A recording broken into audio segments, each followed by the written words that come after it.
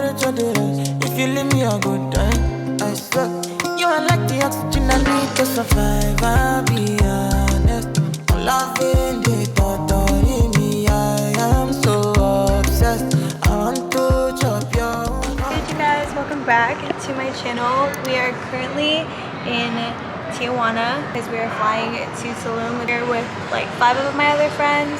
We're celebrating Meldrick's birthday, which is this Friday, and then Rox's birthday, which was like last week. Lots to celebrate, life, but I'm gonna take you guys with me and walk you through everything we're doing. And I'll also share our itinerary, everything we did, all the places we eat. I will leave all of that linked in the description below. But yeah, enjoy the video. So I wanted to start off this video with what it was like to use a cross-border exchange for anyone who might be using it. So feel free to skip this part if you don't care. But basically, the CBX is a long bridge that makes it easier to cross San Diego to Mexico and has a direct connection to the Tijuana airport.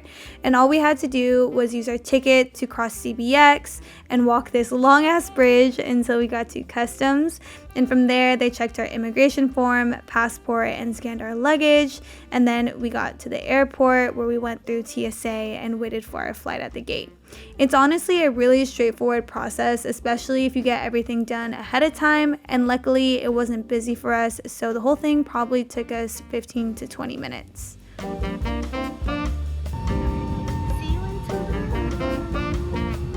We then had a 4-hour flight to Cancun, and we slept through the entire flight since we left around 10 p.m. PST and arrived around 5 a.m. Eastern time.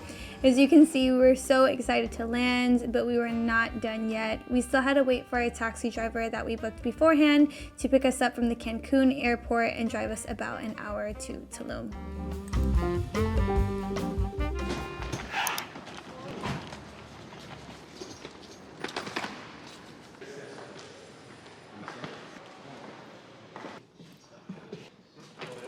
We freaking made it to Tulum. We're at our Airbnb. It's hella nice.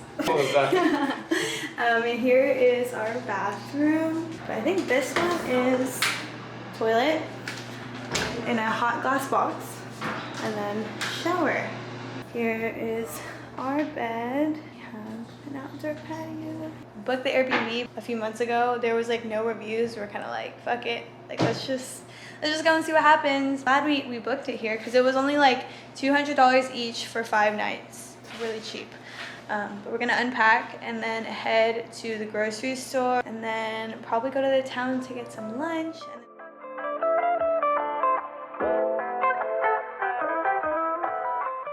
Best friends, this is Serena and Roxanne. We are going to the Azulik Museum and then to Quinto to eat some dinner. Oh my god.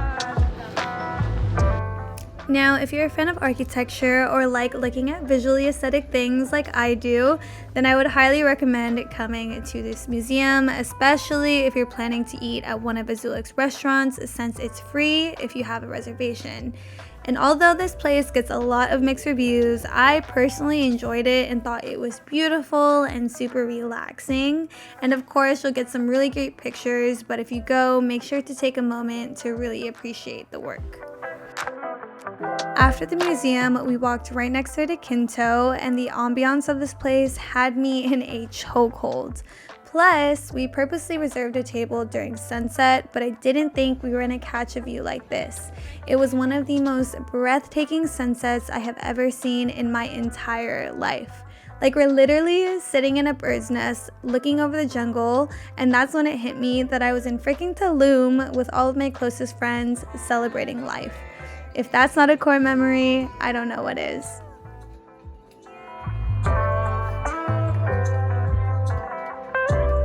Not us trying to figure out what to do at 11 p.m. on a Thursday.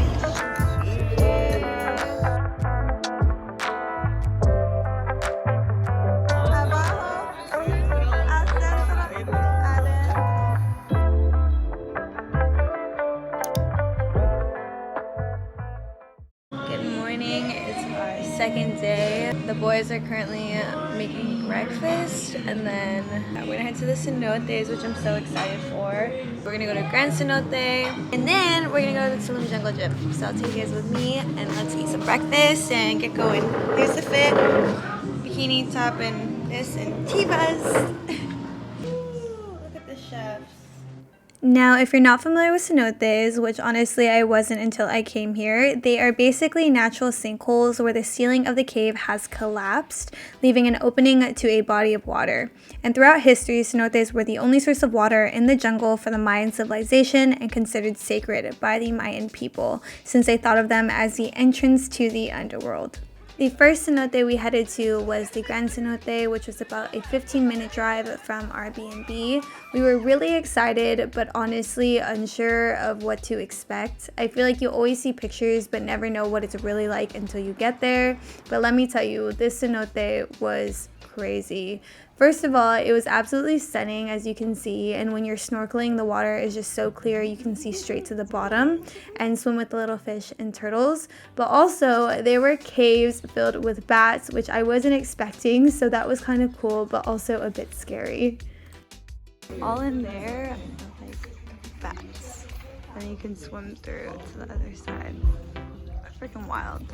The next cenote we headed to was Zemway, and this was actually a recommendation from our taxi driver. We literally have this whole cenote to ourselves. Shout out Jose. Shout out Jose. Taxi driver. Yeah, if you're in Tulum, I'm gonna leave his number because he's the guy. He's the guy. This cenote was super fun because it had platforms that you could jump off of, the highest being about 40 feet. And when you watch people jump off, it doesn't seem that scary, but when you're standing at the ledge, it's really intimidating, especially because you can see straight down to the bottom, which makes it feel even higher.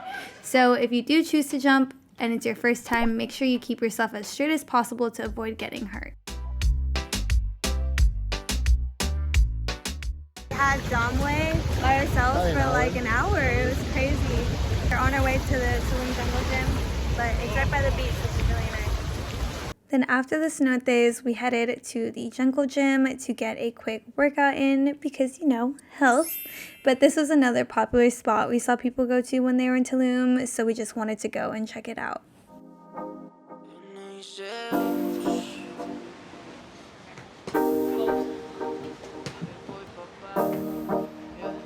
Dime, me envió que cuál peli más me gusta. Y me respondió que sí, que se había un parche un día de esto. Por la noche me llegó con esa ropita justa. Que era un parche como mí.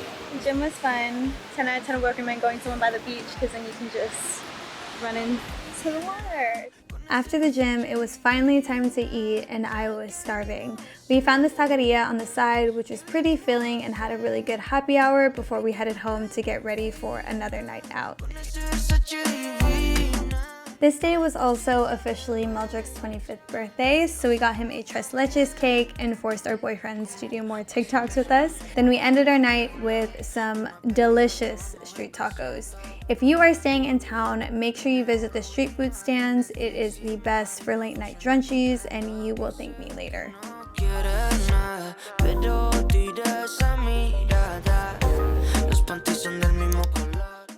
Day 3 on the way to Chichen Itza, 6 in the morning. Somehow by a miracle, we were able to wake up the next morning at 5 a.m. to visit Chichen Itza, which is one of the 7 wonders of the world. We actually did a tour for this and it was 1000% worth it. Our first stop, town right outside of Chichen Itza, Cotcawa. The guide shared a little bit about the history of the town and the people, and it was honestly really great to be immersed in the culture. Oh my god. Oh my god, they're... Ew. I hate them. Oh my god, they look gross. It's not very meaty. It's like crunchy and like grainy. Distinct aftertaste for sure. Yeah. When we arrived at Chichen Itza, it was incredible. I think this is definitely one of those things you don't realize how spectacular it is until you get there. And I was really happy we had our tour guide too, because he was able to break down how it was built and how the math and the stars and nature played a huge part in the Mayans building this, which is something I still cannot comprehend. Touched it?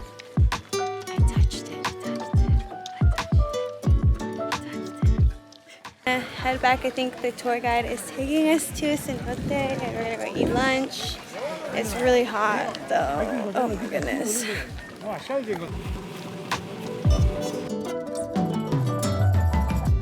Our next stop was Cenote Oxman, and this one is literally what I picture when I hear sinkhole. It took us a few flights of stairs to get to the water, but it was well worth it. It is smaller than the cenotes we went to before, but hella fun because they had a swing that you could jump off of. Then our final destination before heading home was a town called Valladolid, which is a hidden gem located deep in Mexico's Yucatan jungles.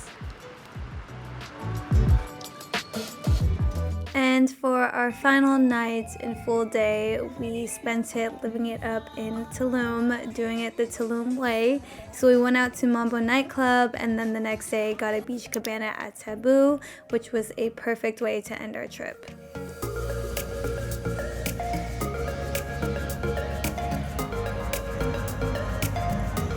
This vacation was definitely one of the highlights of my entire year and reminded me how important it is to go live your life and travel with your friends. And I am so grateful for this experience.